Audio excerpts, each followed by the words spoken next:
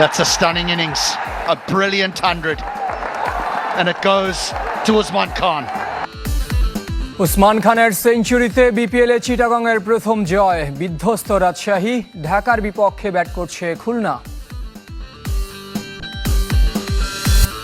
বিপিএলের টিকিট নিয়ে বিসিবির উপর অসন্তুষ্ট দর্শকরা, সিলেটে চলছে শেষ মুহূর্তের প্রস্তুতি। পেনাল্টি এরিয়ার কাছাকাছি জায়গা থেকে তার ক্রস, গোলের সুযোগ এবং জোনাথন ফার্নান্দেজ ম্যাচের শুরুতেই এগিয়ে দিলেন বসুন্ধরা কিংসকে। গোল উৎসবে বছর শুরু বসুন্ধরা ও ব্রাদার্সের। প্রিমিয়ার লিগে মৌসুমের প্রথম ড্র আবাহনীর।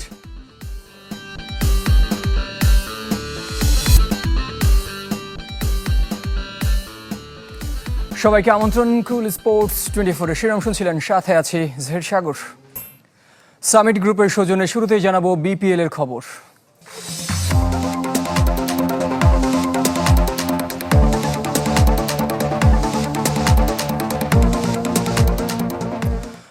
আসরের প্রথম জয়ের খোঁজে ঢাকা ক্যাপিটালস। এই মুহূর্তে তাদের বিপক্ষে ব্যাট করছে খুলনা টাইগার্স। সবশেষ সংগ্রহ 4 উইকেটে 76 রান। মিরপুরে টস জিতে ফিল্ডিংয়ের সিদ্ধান্ত নেন ঢাকার অধিনায়ক থিসারা পেরেরা। ব্যাট করতে নেমে দারুণ শুরু করেন ওপেনার নাইম শেখ, তবে ইনিংস লম্বা করতে পারেননি। 17 বলে 30 রান করে ফিরেছেন, আর 1 রান করে বিদায় নিয়েছেন নাফিফ হোসেন।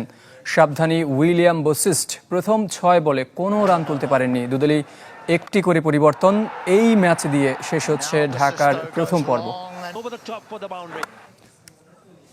বিপিএলের এই ম্যাচের আরো খবর জানাতে মিরপুর স্টেডিয়াম থেকে যোগ দিচ্ছেন আরিফুল ইসলাম। আরিফ, দ্বিতীয় ম্যাচে আমরা দেখেছি আসলে খুব একটা সুবিধা করতে পারেনি খুলনা। টপাটপ 4-5টি উইকেট পড়ে গেছে। আর দ্বিতীয়ত হচ্ছে এখানকার দ্বিতীয় ম্যাচে দর্শক আগ্রহ কেমন দেখছেন, সব মিলে পরিস্থিতি জানাবেন আমাদেরকে। দর্শকদের আগ্রহ বেশ। আজকে ছুটির দিন এবং এবারের বিপিএলের শুরু থেকে আমরা যেমনটা দেখেছি, টিকিট নিয়ে একটা হাহাকার ছিল। টিকিটের দাবিতে কত কিছুই না হয়ে গেল এবং শেষ পর্যন্ত সরকার থেকে আর নির্দেশ এসেছে যেন বিসিবি পরিচালকরা তারা এই সব সমস্যা, এইসব সংকট দূর করে এবং ঠিকঠাক সমর্থকরা, ক্রিকেট প্রেমীরা খেলা দেখতে পারে। খুলনার খেলা এবং ঢাকার যে ম্যাচ সেটা চলছে। খুলনা একটা ভালো স্টার্ট করেছিল। প্রথম 5 ওভারে তারা 50 রান তুলেছিল, তবে বেশ কটা উইকেট পড়ে যাওয়ার কারণে এই মুহূর্তে ঢুকছে। ইনফ্যাক্ট নাইম শেখ যখন আউট হয়েছেন 17 বলে 30 রান করে, তারপর থেকে তাদের যেই ব্যাটিংয়ের ছন্দ পতন সেটা দেখতে পাচ্ছি। বিশেষ করে মেহেদী মিরাজের যে আউট সেটা চোখে লেগেছে। মনে হলো যে ক্যাচ প্র্যাকটিস তিনি করিয়েছেন। তো দেখা যাক এই অবস্থা থেকে তারা ঘুরে দাঁড়াতে পারে কিনা। খুলনা একটা ম্যাচ জিতেছে আর ঢাকা 2টা ম্যাচই হেরেছে। তো সেখান থেকে আজকের ম্যাচটা কি হয় সেটা দেখার বিষয়। অসংখ্য ধন্যবাদ আরিফুল ইসলাম, জানাচ্ছিলেন বিপিএল এর খবর। যোগ দিয়েছিলেন মিরপুর থেকে। চলে যাচ্ছি পরবর্তী সংবাদে। এদিকে ওসমান খানের কাছেই হারল দুর্বার রাজশাহী। কিংস ব্যাটারের করা 123 রানও করতে পারেনি উত্তরবঙ্গের দলটি। রেকর্ড গড়ে আসরে রাজশাহীর প্রথম জয় 105 রানের বিশাল ব্যবধানে। টসে ব্যাট করতে নেমে আসরে প্রথম আর টুর্নামেন্টে নিজের দ্বিতীয় সেঞ্চুরি করেন ওসমান খান, থামেন 123 রানে। চিটাগংয়ের পুঁজি 219 রানের। জবাবে 17 বল আগে মাত্র 114 রানে গুটিয়ে যায় দুর্বার রাজশাহী।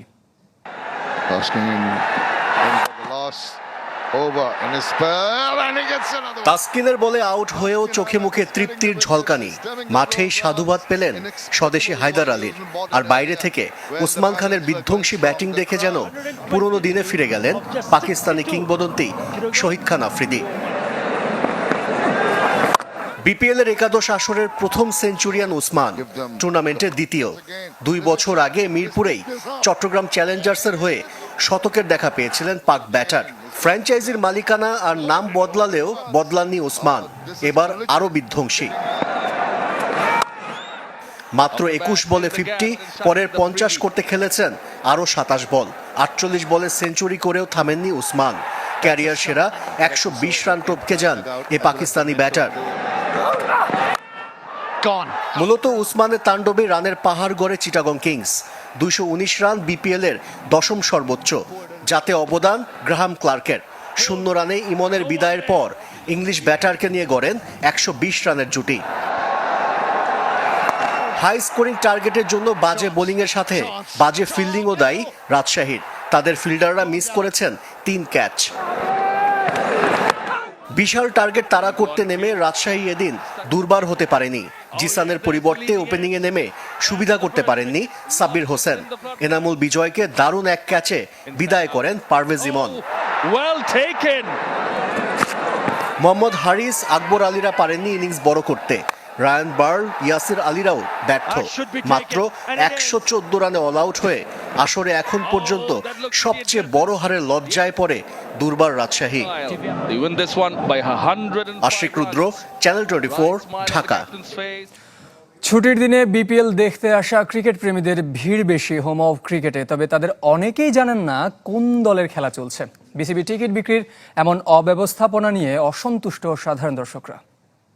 বাংলাদেশ সুইমিং কমপ্লেক্সের সামনে বিপিএল এর একমাত্র টিকিট বুথ। গতকাল যে ধ্বংসলীলা চলেছে তার অনেকটাই বিপরীত চিত্র আজ। সুশৃঙ্খলভাবে টিকিট কাটছেন দর্শকরা, তবে যে সমস্যাটা দেখা যাচ্ছে, ব্ল্যাকাররা মহিলাদেরকে ব্যবহার করে টিকিট সংগ্রহ করছে এবং সেটা খোলা বাজারে বিক্রি করছে, যা নিয়ন্ত্রণ করতে পারছে না বিসিবি কিংবা আইন শৃঙ্খলা বাহিনী। কার খেলা দেখতে আসছে? কার খেলা দেখতে আসছে এমন কোনো গ্যারান্টি না। আমরা টিকিট পাইছি, খেলা দেখবো। আমি দেখবো না, আমার 14 বছরের 2টা ছেলে আছে, 2 জনের জন্য 2টা। আমি বরিশালে খেলা দেখতে আসছি। বরিশালে খেলা দেখতে আসছেন আজকে? আজকে বরিশালে খেলা আছে? আমি জানি না। ছুটির দিন, তাই দর্শক সংখ্যাও বেশি। ভোর থেকে লাইনে দাঁড়িয়ে তবুও মিলছে না টিকিট। বিসিবির অব্যবস্থাপনায় হতাশ সাধারণ মানুষ। 10 মতন আসছি সেই কুষ্টিয়া থেকে, সকাল 7টায় আসছি, রাত 1টার সময় বেরোচ্ছি খেলা দেখার জন্য। এখন কোনো টিকিট পাইলাম না। সারা নাইট করে আইসি টিকিটের জন্য, তাও টিকিট পাই না। 250 টাকার টিকিট হয়েছে 575। প্রায় 4 ঘন্টা দাঁড়ানোর পর টিকিট পেলাম। মানে বিপিএল ইতিহাসে সবচেয়ে জঘন্যতম আয়োজনে এটা হলো। দীর্ঘ অপেক্ষা শেষে যারা টিকিট হাতে পেয়েছেন তারাও পুরোপুরি সন্তুষ্ট নন। সর্বনিম্ন মূল্যের টিকিটের চাহিদা বেশি থাকার পরও বুথে মিলছে না 200 কিংবা 300 টাকার টিকিট। তাই দর্শকদের বাড়তি টাকা গুনতে হচ্ছে। আসছিলাম কম টিকিট দেখার জন্য, কিন্তু এখন বেশি দামের টিকিট কিনতে হচ্ছে আমাদেরকে। আমি তো নিতে চাচ্ছি হচ্ছে 575 টাকা দামে যেটা ওইটা, বাট এখন দাম বেড়ে গেছে। আসছিলাম তো 300 টাকারটা নিতে, কিন্তু 575 দিয়ে নিতে হইতাছে এখন, কারণ টিকিট শেষ হয়ে গেছে। বিপিএল এর টিকিটিং সিস্টেম আরো আধুনিক আর সহজ করার দাবি ক্রিকেট প্রেমীদের। আশিক রুদ্র, চ্যানেল 24, ঢাকা। এদিকে বিপিএল আয়োজনের শেষ মুহূর্তের প্রস্তুতি চলছে সিলেট আন্তর্জাতিক স্টেডিয়ামে। ফ্লাড লাইটে লাগানো হয়েছে নতুন বাল্ব, তবে জুলাই বিপ্লবের ছোঁয়া এখনও অনুপস্থিত। মিরপুরের মতো টিকিট নিয়ে যেন অনাকাঙ্ক্ষিত কোনো পরিস্থিতির সৃষ্টি না হয়, সেটাই চাওয়া ক্রিকেট প্রেমীদের। সিলেট থেকে আজহার উদ্দিন শিমুলের তথ্য ও দীপক বৈদ্যের ছবিতে ডেস্ক রিপোর্ট। শেষ মুহূর্তে রানিয়ে তোলা হচ্ছে সিলেট আন্তর্জাতিক ক্রিকেট স্টেডিয়াম। নতুন রূপের স্টেডিয়ামে নতুন মোড়কের বিপিএল ফিরছে। ঘষা মাজা ধোয়া মোছায় ব্যস্ত শ্রমিকরা। চকচকে হচ্ছে নাম ফলক। ফ্লাডলাইটে লেগেছে নতুন বাল্ব। এনসিএল টি20তে যা হয়নি, বিপিএলে আলোয় উজ্জ্বল হবার অপেক্ষায় 2টি পাতা 1টি কুড়ির শহর। সোমবার সিলেট পর্বের পর্দা উঠছে, বাকি আর মাত্র কয়েকটা দিন। তবে জুলাই বিপ্লবের ছোঁয়ার দেখা মেলেনি স্টেডিয়ামের কোথাও। এখনও নেই কোনো গ্রাফিতি।